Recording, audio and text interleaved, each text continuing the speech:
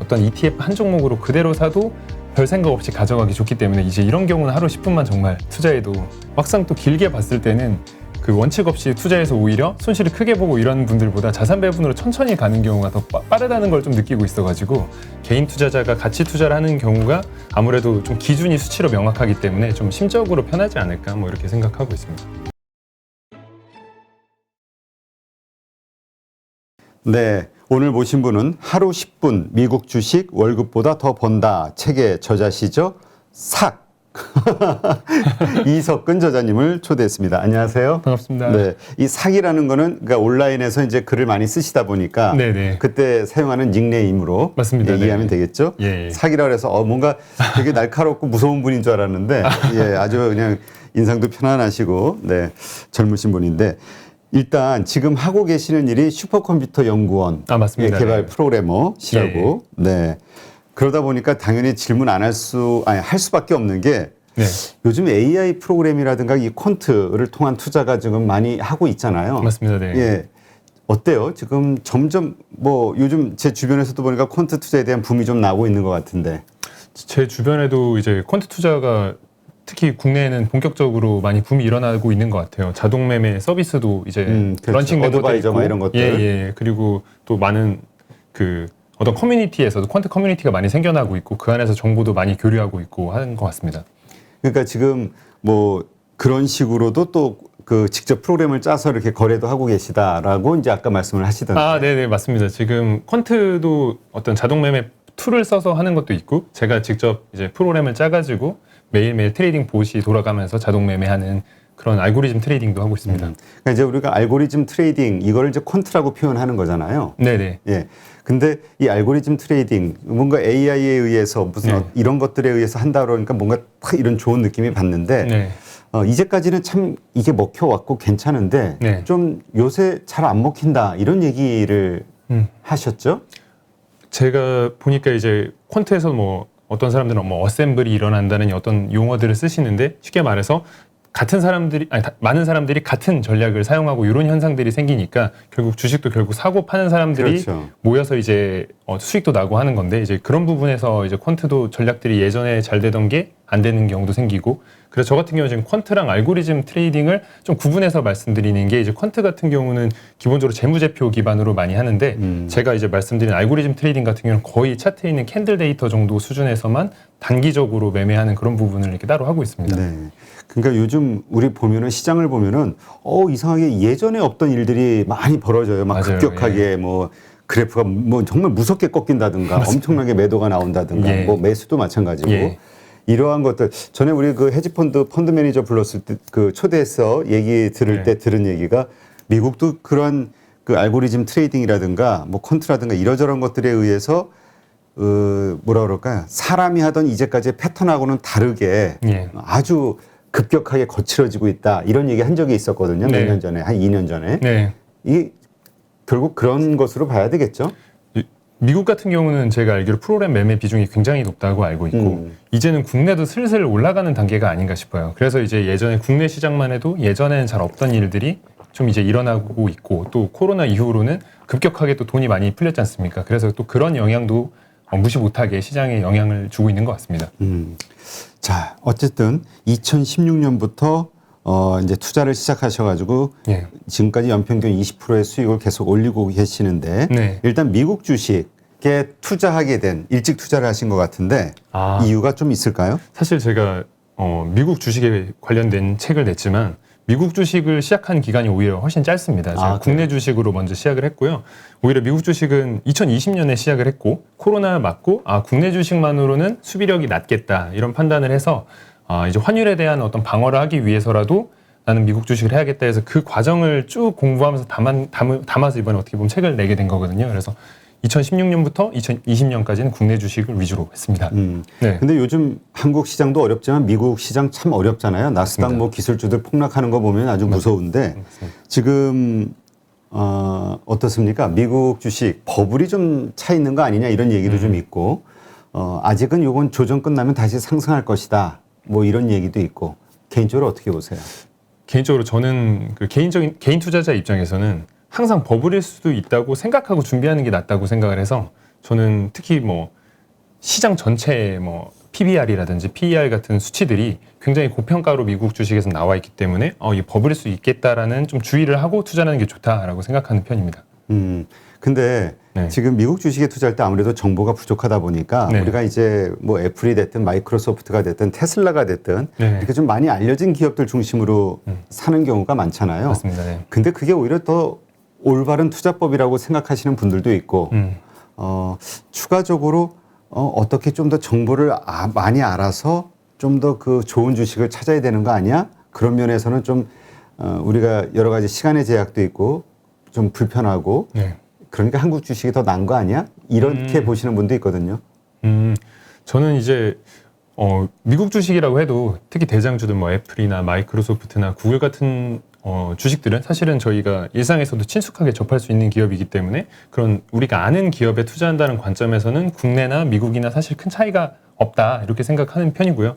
그 대신에 이제 무조건 유명한 주식을 투자하는 것이 능사는 아닐 것 같다라고 생각합니다. 왜냐하면 예전에 대표적으로 시가총액 1위 하던 제너럴 일렉트릭 GE 같은 기업이 지금은 어떻게 보면 국내 삼성전자 같은 느낌이었을 텐데 지금 그때부터 만약에 GE만 사서 모아라라는 말을 실천했다면 지금은 GE는 엄청나게 주가가 많이 떨어졌거든요. 그렇죠. 그러니까 꼭 유명한 주식을 사는 것이 능사는 아니지만 아이디어는 이제 아는 기업에서 출발하는 건 괜찮다라고 생각합니다. 요즘 많은 분들이 생각하는 게 한국 주식 워낙 뭐 장기 투자로 힘들다. 네. 올라갔다가도 빠지고. 네. 그래서 이제 미국 주식으로 가겠다. 뭐 한국에 또 여러 가지 뭐 물적 분할이니 뭐니 이런저런 이슈들이 네. 있다 보니까 그런 생각을 하시는데 또 한편에서는 미국 주식도 한국 주식 못지않게 아주 위험하고 만만치 않다. 이렇게 걱정하는 분도 있어요. 네. 어떻게 생각하세요? 뭐 위험이라는 차원에서는 저도 뭐 국내나 미국이나 똑같이 충분히 위험한 면이 많다고 생각을 하는데 이제 아무래도 그 금융 문화 그리고 또 금융 범죄에 대한 인식이 미국에 대해서는 훨씬 일벌백계를 한다든지 문화가 좋기 때문에 좀 그런 부분에서는 미국 주식의 리스크가 좀 적다 이렇게 생각하고요. 그리고 이제 성장성 차원에서 말씀을 안 드릴 수는 없을 것 같아요. 미국 주식 같은 경우는 지수 기준으로 최근 10년만 봤을 때는 국내 주식보다 2배 이상 수익이 나왔거든요. 그래서 이런 관점에서는 미국 주식이 장기 투자하기도 좋지 않나 이런 생각을 하고 있습니다. 그렇다면 장기 투자를 위해서 미국 주식을 산다고 했을 때 가치주를 살 것이냐 성장주를 살 것이냐 이게 또 요즘 화두죠. 왜냐하면 금리 인상이 있으니까. 맞습니다. 근데 이제 공격적인 분들은 대부분 성장주 얘기를 하는데 어떻게 보세요? 우선 저는 제 취향을 말씀드리면 저는 가치주 쪽에 훨씬 가까운 사람이고 성장주가 사실 최근 10년간 봤을 때는 또 가치주를 앞섰다라고 하는데 저는 이 부분을 계속 엎치락 뒤치락 하면서 갈 거라고 생각을 하기 때문에 사실 뭐 하나만 하는 게 능사는 아닌 것 같지만 개인 투자자가 가치 투자를 하는 경우가 아무래도 좀 기준이 수치로 명확하기 때문에 좀 심적으로 편하지 않을까 뭐 이렇게 생각하고 있습니다. 지금 이제 직장 다니시니까 또 프로그래머시니까 우리가 알기로 프로그래머는 야근은 밥 먹듯이 한다 이렇게 알고 있는데 맞죠? 아닌가요? 뭐 요즘은? 요새는 그래도 많이 나아져서 네, 저희 같은 경우는 뭐 저는 그래도 좀 야근도 종종 하고 아니 그러니까 하루 10분 가지고 미국 주식을 충분히 그게 커버할 수 있을까? 네. 투자하는데 10분 정도 투자하는 거 가지고 과연 미국 주식에 좋은 성과를 거둘 수 있을까? 뭐 매년 20%씩 거두고 있으니까 네. 어떻게 그렇게 가능하죠? 사실 하루 10분이라는 게 뭐 공부 시간은 아닐 것 같고 우선 처음에 당연히 공부하는데 쌓아가는 시간은 저 같은 경우 많이 들였고요. 근데 하지만 이제 이미 시중에 나와 있는 많은 뭐 양서들에서 제시하는 좀 단순한 포트폴리오들이 있습니다. 자산 배분 포트폴리오 같은 경우는 사실은 어떤 노력을 하지 않고 나와 있는 대로 그 자산 배분 포트폴리오를 그대로 사도 혹은 어떤 ETF 한 종목으로 그대로 사도 별 생각 없이 가져가기 좋기 때문에 이제 이런 경우는 하루 10분만 정말 투자해도 혹은 한 달 10분만 투자해도 할 수 있지 않나 이렇게 생각하고 있어요. 그러니까 자산 배분 ETF 자체가 어떤 뭐 다양한 그 포트폴리오를 구성하고 있는 거니까 네. 그걸 사는 것만으로도 자산 배분이 되는 것이다. 맞습니다. 이렇게 본다 네. 이거죠. 예. 실제로 아예 자산 배분 포트폴리오가 뭐 있으니까. 예, 올해도 포트폴리오 같은 게 이제 자산 배분을 RPAR 뭐 이런 것도 나와 있고 하기 때문에 그거 같은 경우 예. 지금 말씀하신 올웨더 올웨더 이거는 예. 이제 그 저기 누구죠? 갑자기 이름 생각이 레이 달리오. 네네. 에서 이제 나와 있는 그 ETF잖아요. 예. 근데 이렇게 보는 분들도 있어요. 근데 그런 ETF에 투자하면 수익률이 예. 이렇게 리스크 헤지를 하다 보니까 별로 없다. 네. 예. 이 위험 자산에 투자하는데 이거 너무 수익률이 작은 거 아니냐? 수익률이 얼마죠? 수익률이 몰베더 같은 경우는 뭐 역사적으로 봤을 때 한 7, 8% 정도 연간? 예, 연간 그 정도 기대를 할 수 있는데 아무래도 뭐 수익률 면에서는 좀 재미가 없을 수는 있다 이렇게 생각하고 있어요. 그러니까 이제 아무것도 모르고 일단 그래도 좀 은행에다 넣는 것보다는 조금 자산을 불려야 되겠다 싶은 분들은 이제 이러한 것에 투자를 해서 네. 은행 이자보다는 좀 높게 수익을 얻는 거 이런 걸 생각한다. 네. 이렇게 이해하면 될 것 같고. 예. 근데 조금 더 나아가는 조금 더 뭐라 그럴까 그 주식을 공격적으로 혹은 네. 잘 아는 분들이라면 직접 개별 주식을 투자하고 싶을 수도 있잖아요. 그렇죠. 어떤 예. 주식에 투자하는 게 좋을까요? 지금 이런 금리 인상이라는 화두를 앞에 두고 있는 시점에서. 사실 제가 성장주 투자 성격은 아니다 보니까 특히 성장주 같은 경우 금리 인상에서 좀 밸류에이션 부담이 있고 아무래도 미래 가치를 땡겨오는 면이 있다 보니까요. 그래서 이럴 때 오히려 좀 우량한 가치주를 찾아볼 수 있지 않을까. 그리고 실제로 제가 봐도 뭐 가치 지표로 봤을 때 지금 대장주들 중에서도 현재 최근에 이제 급락을 하다 보니까 가치 지표에서 꽤 우량한 수치가 나오는 대장주들이 있거든요. 이런 종목들에서 찾으면 괜찮지 않을까 생각하고 있어요. 그런 것들이 어떤 게 있을까요? 최근에 보니까 이제 스타벅스 같은 경우도 굉장히 많이 급락했더라고요. 근데 제가 이제 주로 보는 지표 중에 PEG 레이셔, 그러니까 PER과 EPS 성장률을 보는 부분이 있는데 이제 이게 뭐 피터린치도 예전에 피터린치는 뭐 너무 보수적으로 0.5를 얘기하긴 했지만 다른 뭐 그 투자자 같은 경우도 1 이하면 좋다 뭐 이런 얘기를 했는데 실제로 1 이하로 떨어져 있고 이렇거든요. 스타벅스가. 예. 그러니까 이런 경우는 좀 좋은 기회일 수도 있다라고 생각을 하고요. 물론 이게 제가 종목 투자라거나 이런 건 절대 아니고. 그러니까 그런 형태로 그러니까 우리가 좀 공부하기 위해서 예. 사라는 게 아니라 그렇게 지금 말씀하신 대로 이런 부분에서 좀 좋은 주식들을 좀 예. 알려주시면은 네. 그런 것들을 공부하고 그거보다 더 좋거나 아니면 비슷한 기업이 뭐가 있을까 이제 찾기가 쉬우니까. 맞아요. 네. 딱 연결고리가 있으면. 예. 그래서 요럴 때 그 제가 이제 주로 뭐 활용하는 핀비즈 같은 웹사이트가 있는데 이제 그런 사이트에서 스크리닝 그 가치 지표들을 원하는 대로 골라 가지고 종목들을 선별하면 이제 실제로 아는 기업들도 나올 거고요. 그런 기업들 중에서 고르면 아무래도 개별주지만 조금 안전하게 투자를 시작할 수 있지 않을까. 네. 예, 생각합니다. 지금 그러니까 내가 원하는 어떤 조건에 맞춰서 검색을 할 수 있는 핀비즈라는 사이트가 있고 예. 거기에서 내가 조건 검색을 입력해서 지금 이야기한 대로 이런 가치주가 됐든 혹은 성장주가 예. 됐든 찾아낼 수 있다. 이렇게 네네. 이해하면 될까요? 제가 한번 그 성장주에 대해서 간략하게 한번 찾아본 화면이 있어서 네. 보여드리겠습니다. 지금 이 화면이 제가 그 핀비즈에서 조건을 가지고 성장주를 골라본 예시인데요. 뭐 예를 들면 5년 동안 EPS 성장이 플러스였는지, 그리고 매출 성장이 플러스였는지, 그리고 자기 이제 자본으로 얼마나 수익을 내는지 ROE가 30% 이상으로 굉장히 높은지, 그리고 뭐 PEG 같은 경우는 사실 최근에 PEG가 1 이하는 그렇게 대장주들 중에서는 찾기가 어렵기 때문에 조금 여유 있게 2 미만 이런 형태로 이제 조건을 주고 최근 1년 동안 그래도 주가는 상승한 요 정도 조건을 주고 이제 했을 때 미국 전체 주식에서도 3페이지밖에 나오지가 않거든요. 근데 이런 3페이지밖에 안 나온 종목 중에서도 이제 시가총액으로 정렬을 해보면 저희가 익숙하게 알고 있는 애플, 구글, 페이스북, 엔비디아, 홈디포 뭐 이런 유명한 기업들이 많이 나오거든요. 유명한 기업들이 좋은 기업이네. 예, 그렇죠. 아무래도 자기가 모르는 기업은 투자하기 좀 부담스러울 수 있기 그렇죠. 때문에 예. 이런 면에 이런 그 웹사이트를 좀 활용하면 개별주 투자에 충분히 도움이 될 거라고 생각합니다. 네, 그렇군요. 예. 지금 시점에서 예. 뭐라 그럴까 그 말씀하신 대로 스타벅스가 좋다. 이제 그 1 이하로 좀 내려와 있는 네네. 상황이다. 얘기를 하셨는데 네. 사실 지금 그 오미크론으로 인해서 뭐 여러 가지 그 오프라인 그러니까 뭐죠? 그 우리 리오프닝 주들에 대한 여러 가지 걱정들이 있지만 네네. 오히려 이럴 때 그런 이유로 싸진 그런 맞아요. 주식을 역발상으로 투자하는 것도 괜찮다. 예, 제 스타일이 좀 그런 스타일이거든요. 염가 주식을 좀 매수해보자. 야, 싸게. 그러니까 네. 결국은 우리가 성장주 투자하는 분들은 사실 비싸게 사서 더 비싸게 팔면 된다 이 맞습니다. 논리잖아요. 예, 근데 모멘텀도 타고. 비싼 거는 싫어한다. 저는 좀 부담스러워하는 편입니다. 그래서 사람들이 요즘 같이 조금 커뮤니티나 이런 데서 안 좋은 얘기가 많이 나올 때, 이거 버블 터지는 거 아니냐 이런 얘기 나올 때 저는 지금이 좋은 주식 찾는 시기다 그래서 그때 오히려 저는 집중적으로 밤에 이제 스크리닝도 하고 종목을 살펴보는 식으로 투자하고 있습니다. 그러면 지금 시점은 어때요? 지금 뭐 다 난리잖아요. 금리 인상으로 뭐 다 무너질 것 같고 한국 시장도 지금 무너지고 기술주들 막 매도 나오고 뭐 이런 상황인데 네네. 그래서 주가 많이 급락해 있고 네. 이런 상황이 살 수 있는 기회라고 보세요? 아니면 조금 더 기다리면 더 좋은 기회가 올 거라고 보세요? 그걸 사실 함부로 예단하기는 어려운 것 같아요. 근데 우선 저는 최악의 상황을 항상 생각해 놓자. 예를 들면 2000년 닷컴 버블 터졌을 때 생각해 보면 지금이 저가인가 하면 2001년에 또 빠지고 하면서 그 S&P 지수로만 봐도 50%가 넘게 빠졌고 뭐 나스닥은 거의 80%가 빠지고 이랬거든요. 그렇기 때문에 지금 10% 빠졌으니까 많은 비중을 투입해야지 이렇게 접근하기는 위험할 것 같고 분할 매수 관점에서는 이런 타이밍에 조금씩 모아가는 건 좋을 것 같다. 저는 그렇게 생각하고 있습니다. 자, 그러면 지금 내가 투자 금액이 1,000만 원이다, 1억이다 이랬을 때 비중을 좀 줄이자는 얘기는 지금 한 어느 정도의 주식을 들고 있으면 적정하다고 보세요? 현금 비중이랑 봤을 때요? 그렇죠.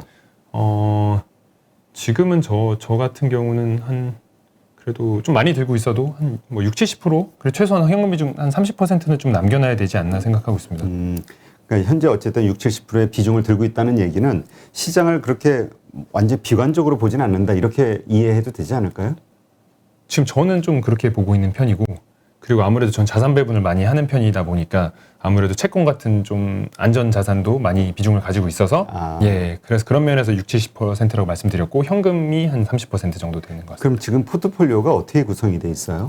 저는 지금 자산 배분이 절반 정도 되고요.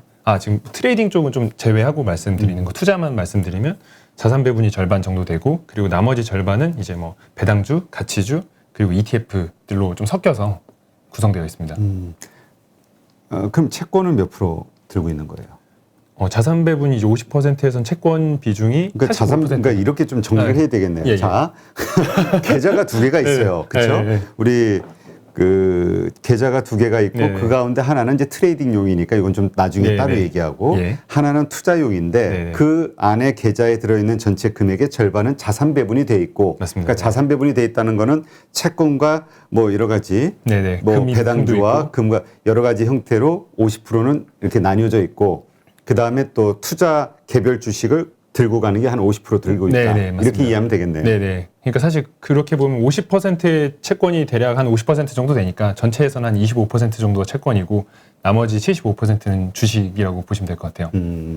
근데 사실 많은 분들이 그 포트폴리오 자산 배분한다 하면은 되게 좀 고리타분하게 생각하시는 분도 있거든요. 왜냐하면 답답하고 그 다음에 그거 비중 맞추고 혹은 뭐라 그럴까 수익이 크게 나지 않는다. 뭐 이런 생각들 때문에. 네네. 근데 그게 잘 지켜나가는 것도 쉽지 않을 텐데 그러한 방식을 통해서 지금 어쨌든 20%의 수익을 올리고 있는 거잖아요. 매년. 그 노하우랄까 그게 가능한 그러니까 자신만의 어떤 방법 이걸 좀 한번 설명해 주시죠. 저는 사실 자산 배분을 시작하면서 저도 코로나 때 이제 제 주식이 한 마이너스 35%를 내려가는 걸 한번 경험을 하니까 좀 방어적으로 자산을 구성을 해야 되겠다라고 생각을 해서 구성하게 됐는데 사실 운이 좋았던 것 같아요. 왜냐하면 코로나 때 워낙 주가가 많이 빠진 상태에서 또 급등을 금방 했기 때문에 사실 자산 배분은 저희가 목표 수익률은 자산 배분과 뭐 배당주랑 합쳐도 한 10%만 되면 좋겠다라고 1년에? 그 정도로 원래 목표를 잡고 투자를 했지만 시기가 좋았기 때문에 배당주고 가치주고 할 거 없이 굉장히 많이 올랐거든요. 뭐 그냥 나스닥 지수 QQQ만 투자를 해놨는데도 100% 이상 오르고 요랬기 때문에 20%가 나온 거지. 제가 실제 목표는 한 10% 정도 잡고 구성한 포트폴리오라고 말씀드릴 수 있을 것 같아요. 그러니까 우리도 어떤 그 포트폴리오를 짤 때 20%라는 어떤 목표를 세우는 게 사실 20%면 상당히 높은 수익률이죠.